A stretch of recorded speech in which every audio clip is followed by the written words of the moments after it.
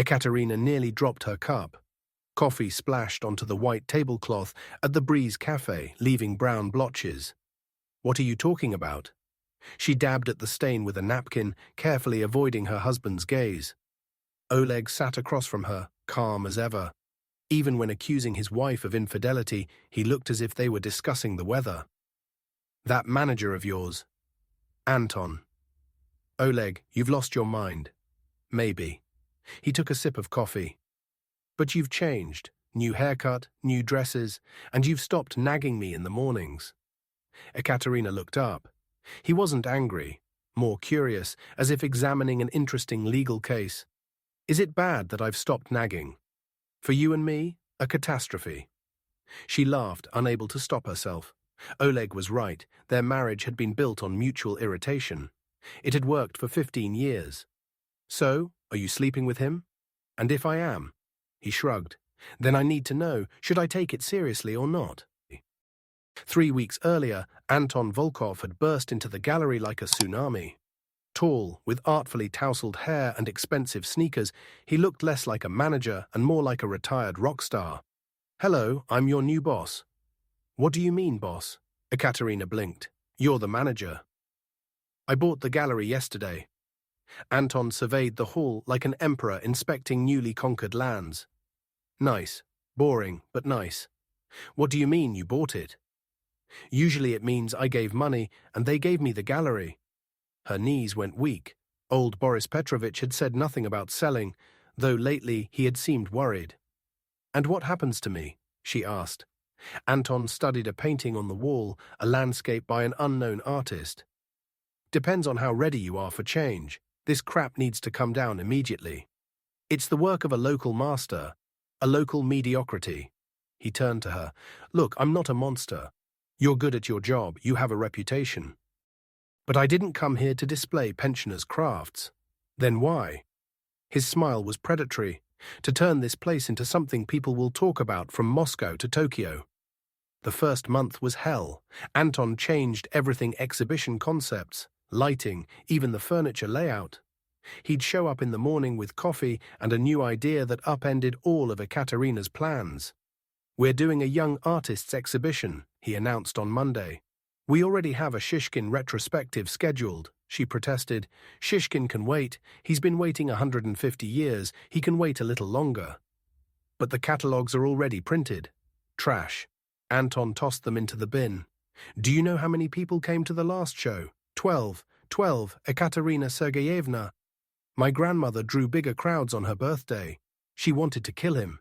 This arrogant upstart had stormed into her quiet world and staged a revolution. But that evening, when she saw him hanging the works of young artist Kostya Makarov, something shifted inside her. The paintings were bold, bright, alive. They screamed from the walls, demanding attention. The gallery had never seen anything like it. "Where did you find this?" she asked. "Kostya lives in a basement on Svetlanskaya Street. Works as a loader, paints at night." Anton straightened a frame. Talent doesn't ask permission where it's born. The opening night drew such a crowd, they had to call security young people, critics, collectors. Even the mayor dropped by.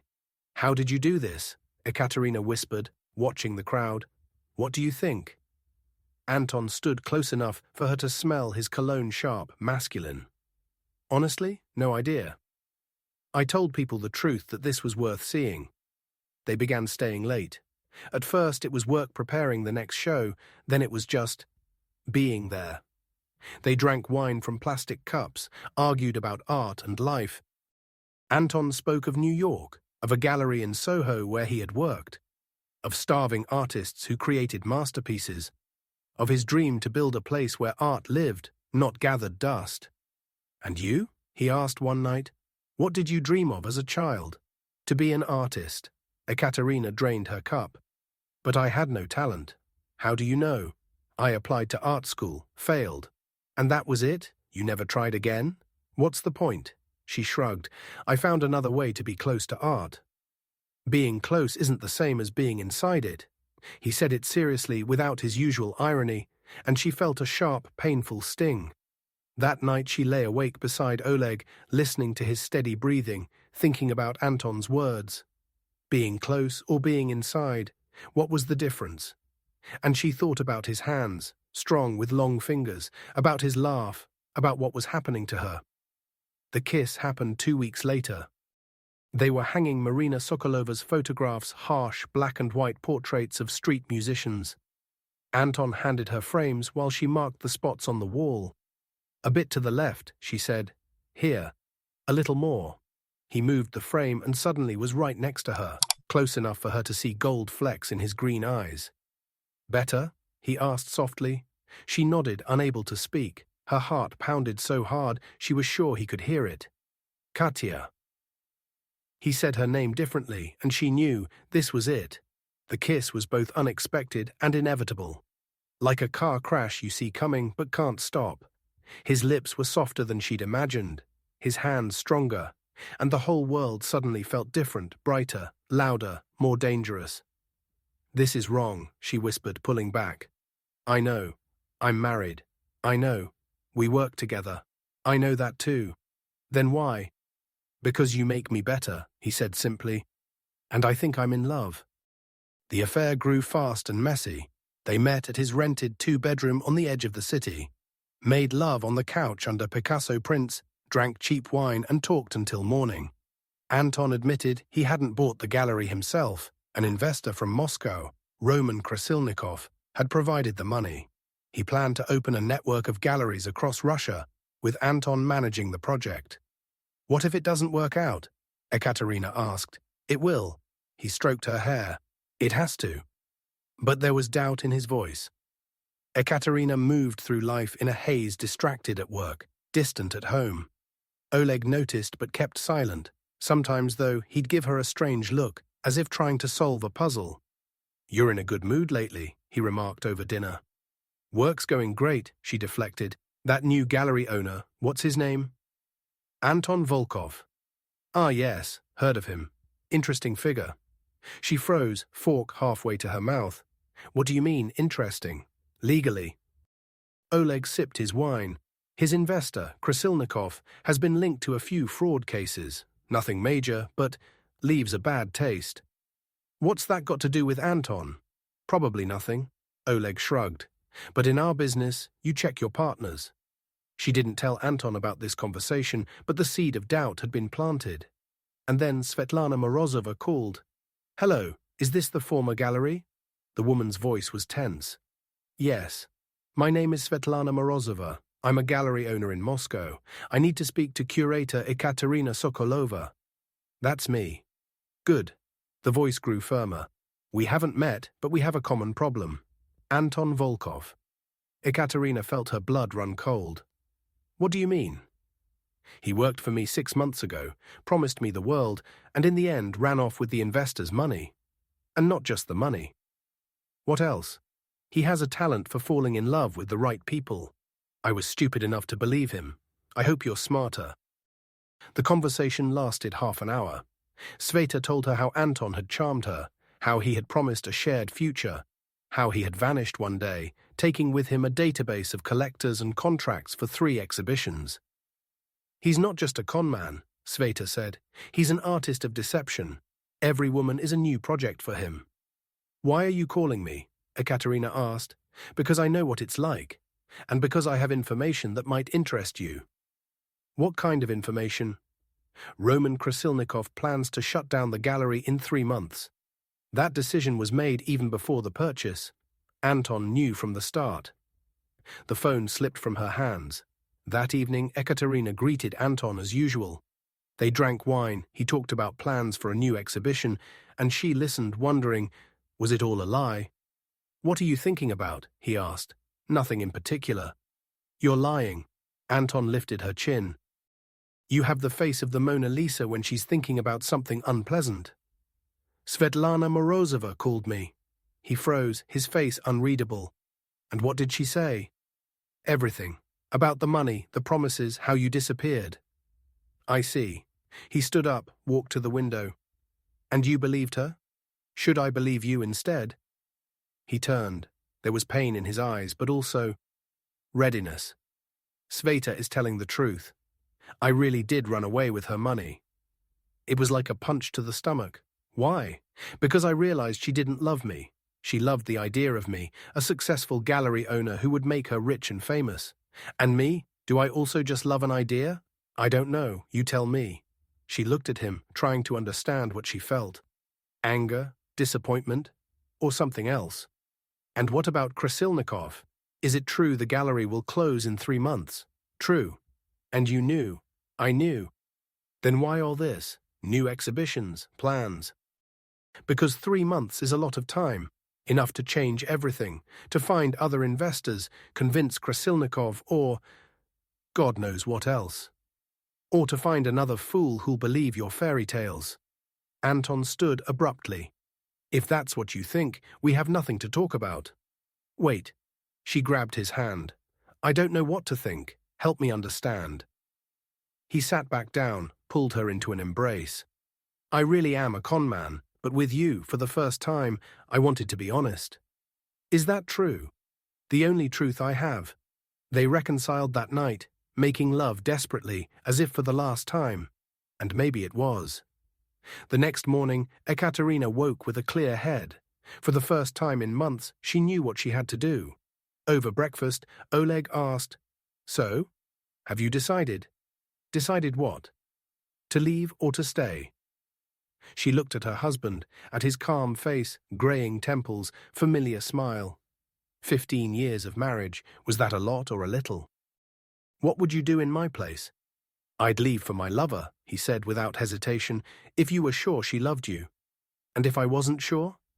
I'd stay with you and thank fate for giving me a wife who never lies. Ekaterina smiled. I've lied a lot in these past months. No, you were silent, that's not the same thing. She went to the gallery determined to end it, but Anton wasn't there. Instead, in his office sat a stranger in an expensive suit. Roman Krasilnikov, he introduced himself. We haven't met, but I've heard a lot about you. Where's Anton? Flew to Moscow this morning. Urgent business. Krasilnikov smiled. We've decided to speed up the closure of the gallery. The market, you know, is unpredictable. Meaning? Meaning in a week this place will be a clothing store. You'll get compensation and recommendations. Her knees almost gave way. Anton knew. Of course, it was his idea. Krasilnikov left half an hour later, leaving behind documents and the sensation of total collapse. That evening, Anton called. Katya. His voice was distant, distorted. Where are you? In Moscow. Listen, I'll explain everything. Don't bother. She was surprised at the calm in her own voice. Sveta Morozova was right. You're an artist of deception. Katya, let me... Goodbye, Anton. She hung up and stared at the paintings on the walls. Tomorrow they'd be taken down, packed into boxes, sent to storage. In a week, dresses and trousers would hang here. Life after Anton turned out easier than she thought. Oleg didn't ask unnecessary questions when she told him about the gallery's closure. He hugged her, suggested a vacation, started making plans. You could open your own gallery, he said. I have the money. Your money, our money. She looked at him in surprise. Why are you so calm about all this? About what? Your affair or the gallery? The affair. You know, when you get married, you think you know a person. Years later, you realize you only know their habits. The soul stays a mystery. And nothing. I saw you differently. I liked it. Even if that spark was because of another man. Even then, I don't love you for your faithfulness. I love you just because. She opened her own gallery 6 months later, a small space on the first floor of an old building downtown. Oleg helped with the paperwork and the money, but stayed out of creative decisions. The first exhibition featured unknown artists. Kostya Makarov brought bold new works. Marina Sokolova presented a series of portraits of Vladivostok fishermen. 5 other young artists no one had heard of before. The opening was modest, about 30 people. But they stayed until the end, bought paintings, asked for contacts. How did it go? Oleg asked that evening. Good. She kicked off her heels. We sold 3 pieces. Profitable? Barely covered expenses. But it's a start. He hugged her from behind, burying his face in her hair. You know what's changed? What? You don't grumble in the mornings anymore. Is that bad?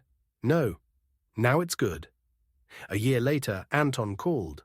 She recognized his voice immediately, though it sounded tired. Hi, Katya. Hi. How are you? Fine, and you? Also fine.